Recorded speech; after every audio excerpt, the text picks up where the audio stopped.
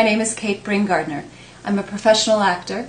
I now use my talent, my training, and my experience to help professionals and executives on voice and speech related issues.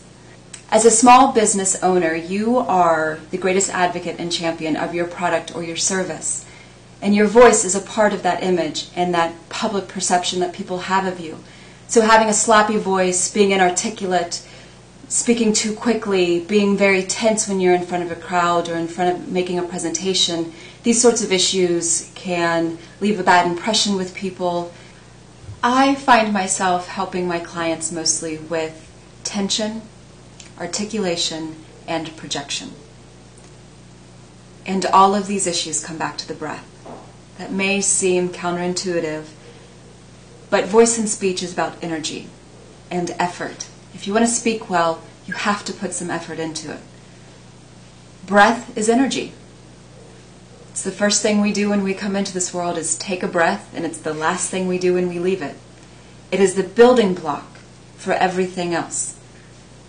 So that's where I start, is with the breath, and helping people find that natural, deep breath that through bad habits and life experiences, we forget about it.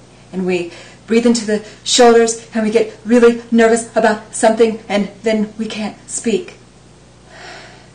And it's about dropping the breath down to a natural place.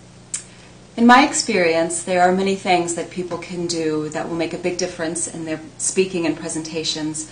One of the big problems people have is not finishing their words. And not finishing your words is just like not finishing anything else, an assignment, a project. It leads the listener to think that you're not a person who completes things. So completing your words is definitely a quick way to really be firm in your speaking and become a more dynamic and expressive speaker.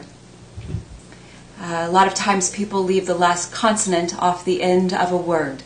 The D, the T, the K, and really adding that crispness and firmness to your words will make you a more dynamic and effective speaker.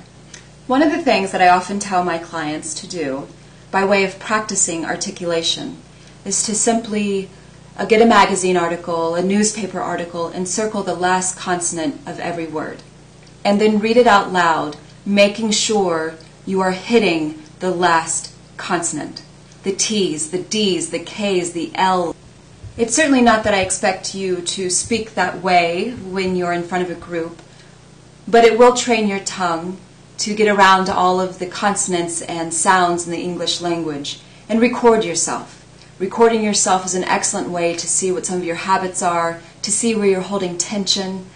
You know, I see a lot of people when they begin to speak in front of a crowd, they jut their head out, or they tense up in the jaw, or they lock down in the rib cage. And all of these are signs of tension that block the voice and cut off the breath.